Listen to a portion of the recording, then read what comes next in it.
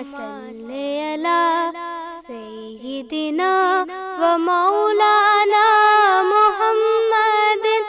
السلام علیکم ورحمۃ اللہ وبرکاتہ۔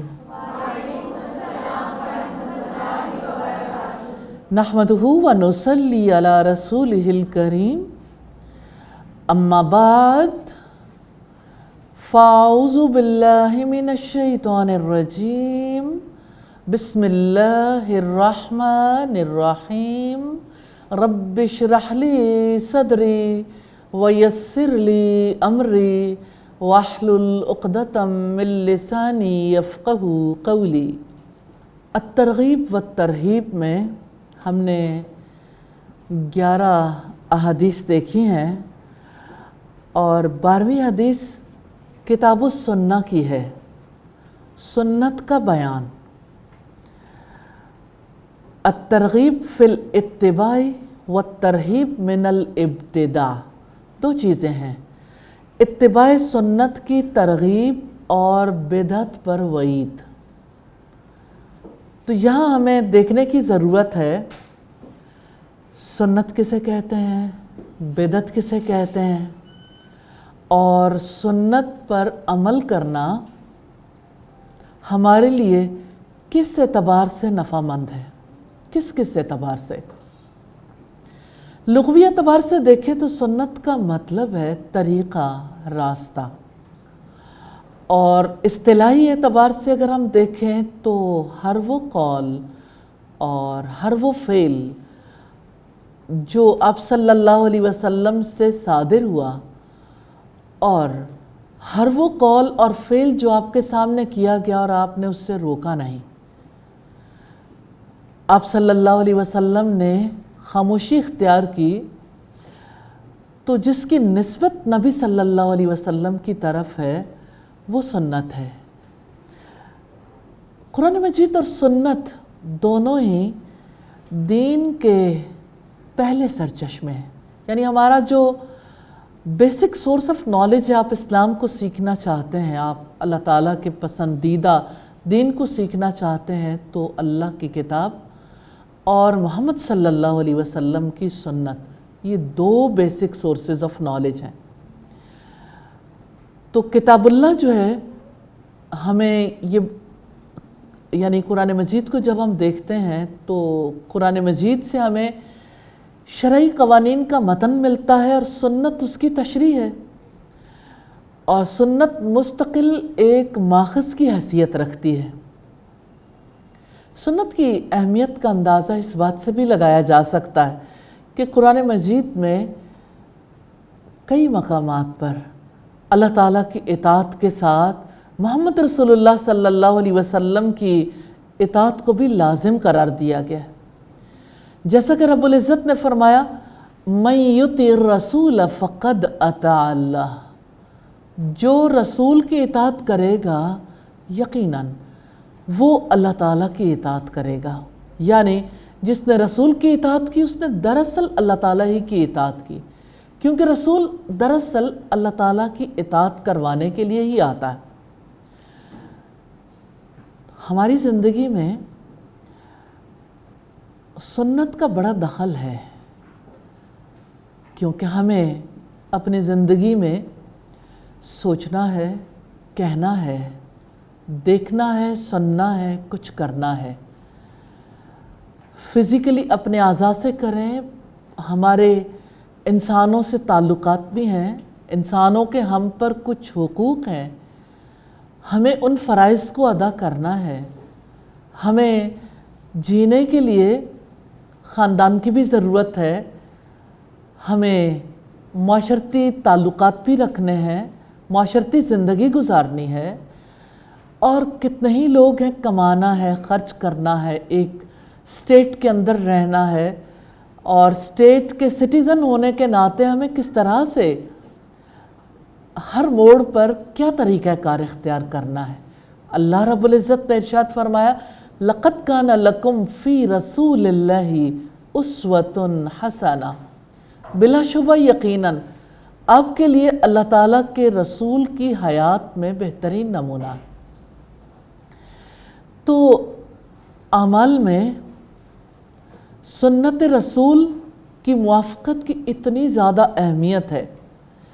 اگر کوئی عمل نبی صلی اللہ علیہ وسلم کے عمل کے مطابق نہ ہو تو اللہ تعالیٰ کے یہاں وہ قبول نہیں ہے، کیونکہ رب العزت کا فرمان ہے یا ایھا الذین آمنوا اطیعوا اللہ واطیعوا الرسول ولا تبطلوا اعمالکم. اے ایمان والو، اللہ تعالیٰ کی اطاعت کرو اور رسول کی اطاعت کرو اور اپنے اعمال کو ضائع مت کرو. اس سے پتہ چلتا ہے کہ جس نے سنت کی پیروی نہیں کی، اس نے جو بھی عمل کیا اس کا عمل ضائع ہے. اسلام میں اعمال کی قبولیت کی 2 شرائط ہیں. وہ عمل خالصتاً اللہ تعالیٰ کی رضا، اس کی خوشی کے لیے ہو، اور دوسرے محمد صلی اللہ علیہ وسلم کے طریقے کے مطابق ہو، اور آپ کا طریقہ سنت کہلاتا ہے. سنت کی پیروی کا اللہ تعالیٰ نے کس کس اعتبار سے حکم دیا ہے؟ سورہ آل عمران آیت نمبر 31، رب العزت کا فرمان ہے قُلْ إِن كُنتُمْ تُحِبُّونَ اللَّهَ فَاتَّبِعُونِي يُحْبِبْكُمُ اللَّهُ وَيَغْفِرْ لَكُمْ ذُنُوبَكُمْ. اب کہہ دیجئے اگر آپ سب اللہ تعالیٰ سے محبت رکھتے ہو تو میری پیروی کرو، اللہ تعالیٰ تم سے محبت کرے گا اور تمہارے گناہ معاف کر دے گا. آپ اس آیت پر غور و فکر کریں گے تو آپ کے رونگٹے کھڑے ہو جائیں گے. اگر آپ اللہ سے محبت کرتے ہو، محبت کرنا بذات خود کوئی آسان عمل نہیں ہے. وہ خوش نصیب ہے جسے اللہ تعالیٰ سے محبت کرنے کا موقع مل جائے.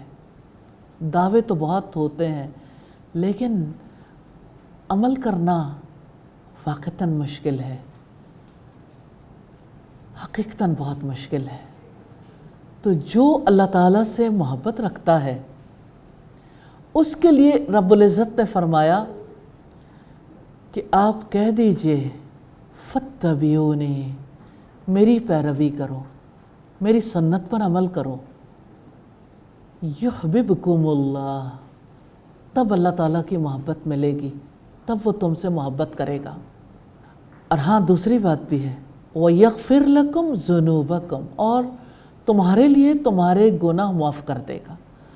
تو نہ گناہوں کی بخشش ممکن ہے، نہ اللہ تعالیٰ کی محبت کو پانا ممکن ہے جب تک کہ محمد رسول اللہ صلی اللہ علیہ وسلم کی اتباع نہیں ہوتی، آپ کی پیروی نہیں ہوتی.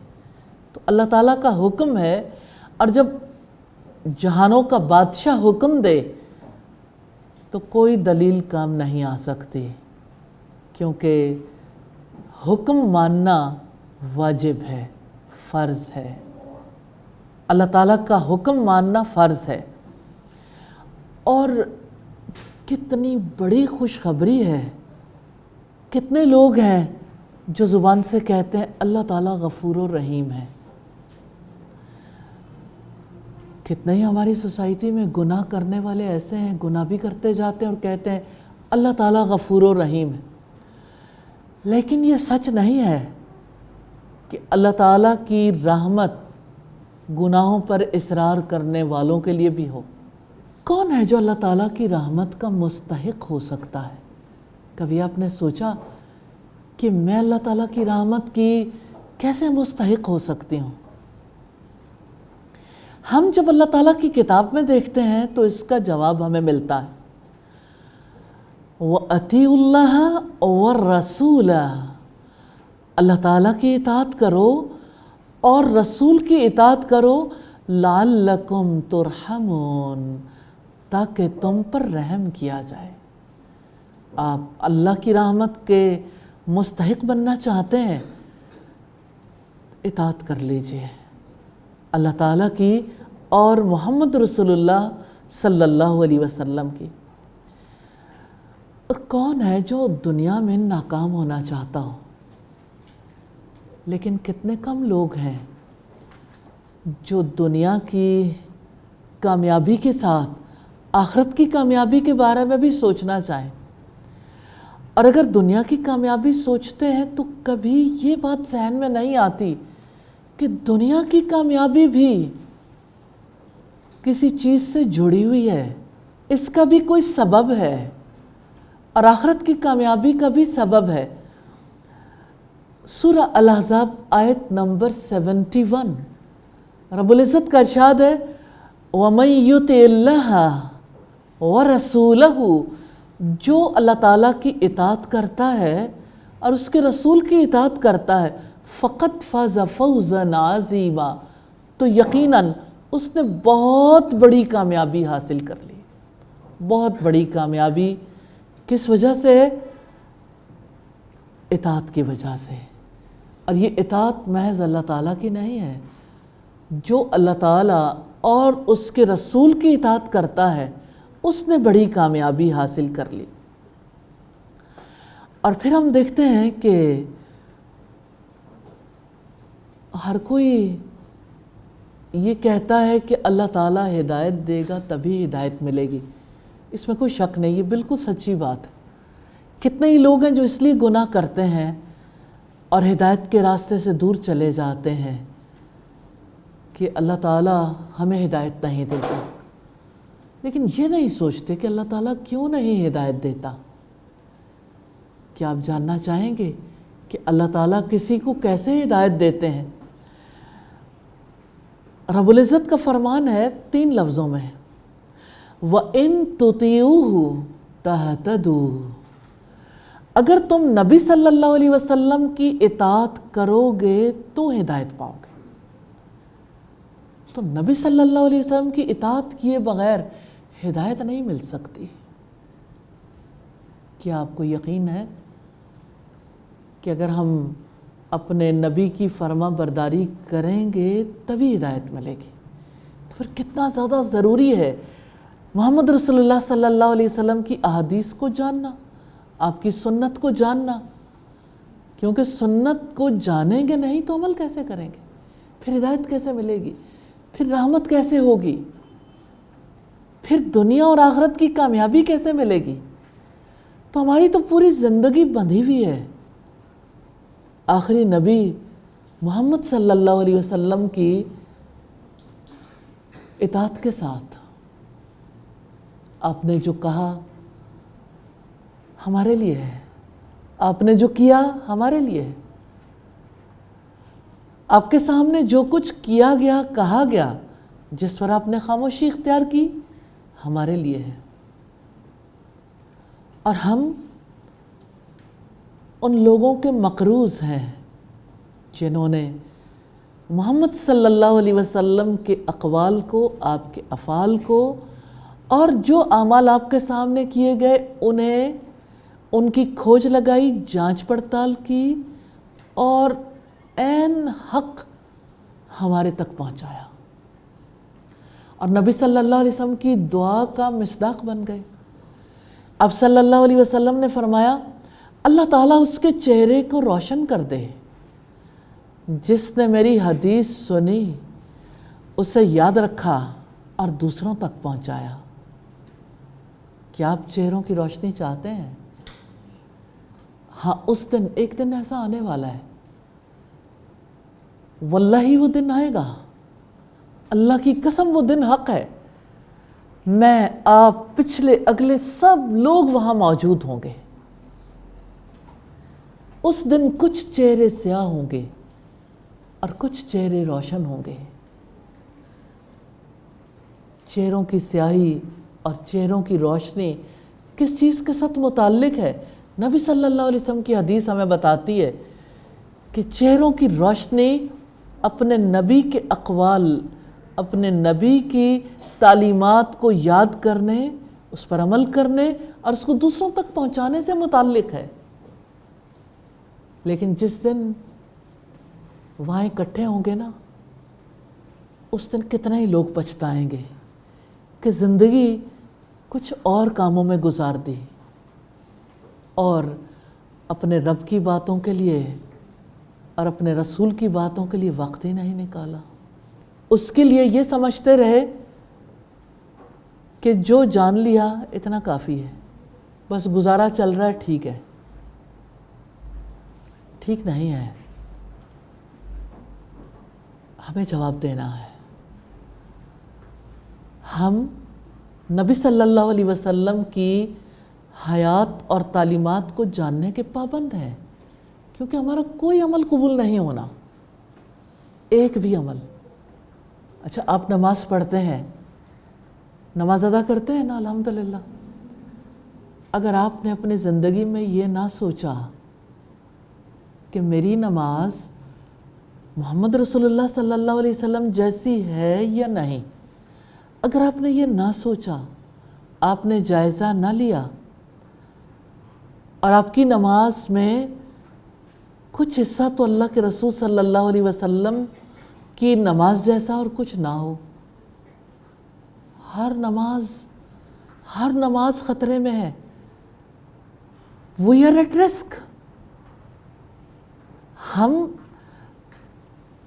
ایسے ہیں جیسے کسی پہاڑ کی چوٹی پہ جس کی دوسری سائڈ بالکل سٹریٹ نیچے جا رہی ہے، اس کے ایسے کنارے پہ کھڑے کسی بھی لمحے ہم گر سکتے ہیں۔ تو ہمارے لیے کتنا زیادہ ضروری ہے یہ جاننا کہ میری نماز میں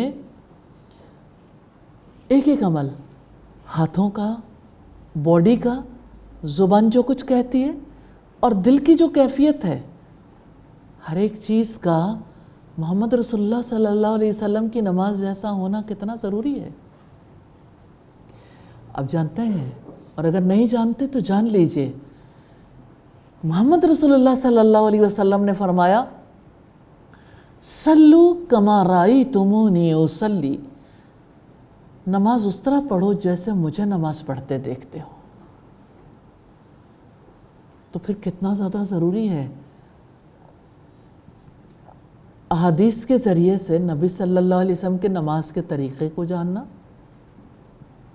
اور اپنی نماز کو درست کروانا۔ کتنے ہی لوگ ہیں زندگی بھر سے نماز پڑھ رہے ہیں، لیکن کبھی انہوں نے تکلیف گوارا نہیں کی کہ اپنے اوپر کسی کو نگہبان بنائیں، دیکھیں ہماری نماز بالکل ٹھیک ہے، ویسے ہی رکوع، سجدہ، اور کسی کو نماز جو ہے باقاعدہ طور پر سنائیں، سیکھیں۔ تو میں نے ایک ایگزامپل دی ہے نماز کی۔ آپ زندگی کا ہر کام، کوئی کسی نوعیت کا کام ہے، ایک ایک کام کے بارے میں کانشیس ہونا پڑے گا۔ صرف وہ عمل قبول ہوگا جو اللہ تعالیٰ کی خوشی کے لیے ہو اور محمد صلی اللہ علیہ وسلم کے طریقے کے مطابق ہو۔ آپ اگر اپنی لسٹ بنا لیں نا، اپنی زندگی کے کچھ اعمال چلیے سیلیکٹ کر لیں کہ پہلے ان کو سنت کے مطابق ڈھال لیں، آپ اس کا پہلے انالیسس کریں گے، جائزہ لیں گے۔ آپ کے پاس علم نہیں ہے تو آپ اس کا علم حاصل کریں، اور پھر اس کے بعد جب آپ اپنا تجزیہ کر لیں، پھر آپ کو پتہ چلے کہ یعنی جو کچھ میں نے سیکھا ہے یا جو کچھ میں نے پڑھا ہے اس کے مطابق کہیں کو خلل ہے، تو پھر کسی کی ہیلپ لیں۔ جیسا کہ قرآن حکیم میں آتا ہے، فَاسْأَلُوا أَهْلَ الذِّكْرِ إِن كُنتُمْ لَا تَعْلَمُونَ، اہل علم سے پوچھ لو اگر آپ نہیں جانتے۔ اپنے بارے میں فکر مند ہو جائیں، ساری عمر بھی لگائیں گے اور کچھ ہاتھ نہیں آئے گا اگر ہمارا ہر عمل محمد رسول اللہ صلی اللہ علیہ وسلم کی سنت کے مطابق نہ۔ تو سنت کتنی زیادہ اہم ہے، سنت کو جاننا، سنت کے مطابق اپنے آپ کو ڈھالنا، اپنے ہر عمل کو ڈھالنا۔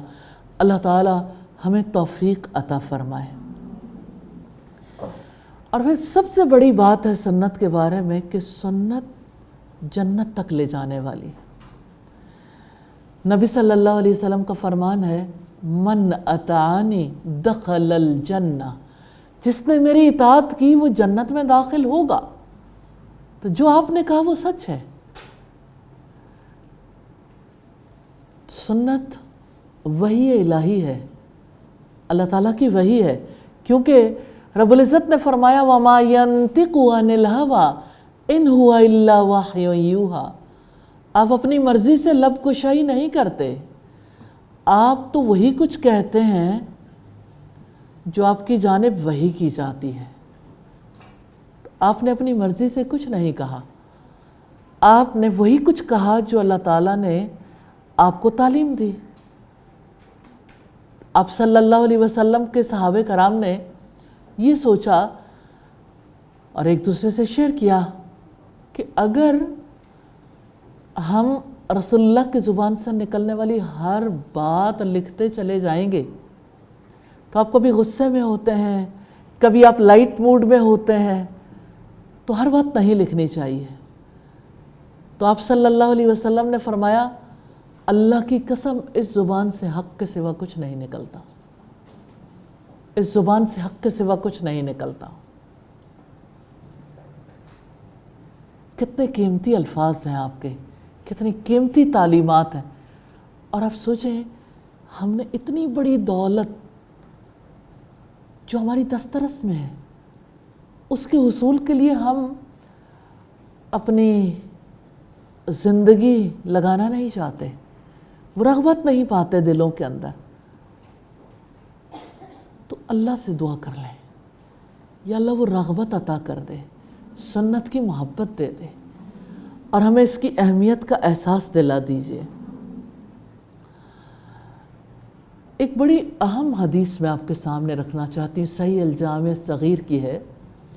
نبی صلی اللہ علیہ وسلم نے ارشاد فرمایا الا انی اوتیت القرآن ومثلہ معہ، سن لو مجھے قرآن اور اس کے ساتھ اس کی مثل ایک اور چیز یعنی سنت عطا کی گئی ہے. یعنی جیسے قرآن ہے نا، ایسے ہی دوسری چیز بھی من جانب اللہ ہے.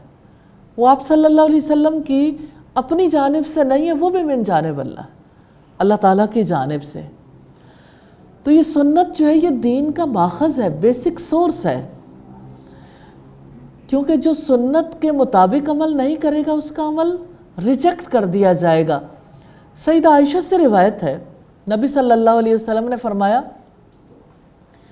من عمل عملا لیس علیہ امرنا فہو رد، جس نے کوئی ایسا عمل کیا جس پر ہمارا حکم نہیں ہے تو وہ عمل مردود ہے، غیر مقبول ہے، ریجیکٹڈ ہے. تو اگر کوئی سنت سے منہ موڑتا ہے، اعراض کرتا ہے تو یہ ہلاکت اور رسوائی کا سبب ہے. رب العزت کا فرمان ہے وَمَن يَعْصِ اللَّهَ وَرَسُولَهُ وَيَتَعَدَّ حُدُودَهُ يُدْخِلْهُ نَارًا خَالِدًا فِيهَا وَلَهُ عَذَابٌ مُّهِينٌ. اور جو اللہ اور اس کے رسول کی نافرمانی کرے گا اور اس کی حدود سے تجاوز کرے گا، اللہ تعالیٰ اسے آگ میں داخل کرے گا، وہ اس میں ہمیشہ رہے گا اور اس کے لیے رسوا کرنے والا عذاب ہے. استغفر اللہ. لہٰذا اس امر کی ضرورت ہے کہ ہم ایک ایک سنت کے بارے میں کانشیس ہوں. صبح بیدار ہونے سے لے کے رات سونے تک ایک دن میں کتنی سنتیں، اور پھر ویکلی امور کے حوالے سے، پھر منتھلی، پھر اسی طرح سے اینولی. کچھ کام ایسے ہوتے ہیں جو سال میں ایک ہی بار ہونے ہیں، اور کچھ کام ایسے ہیں جو ہفتہ وار ہیں، اور کچھ روزانہ ہونے والے امور ہیں. تو آپ صلی اللہ علیہ وسلم کی کتنی سنتیں ہیں جن پر ایک دن میں ہم عمل پیرا ہو سکتے ہیں. وہ سب سنتیں سیکھیے، اللہ تعالیٰ توفیق عطا فرمائے. اللہم صلی علی سیدنا و مولانا محمد وعلی آلہ وعلی آلہ وصحبہ وبارک وسلم.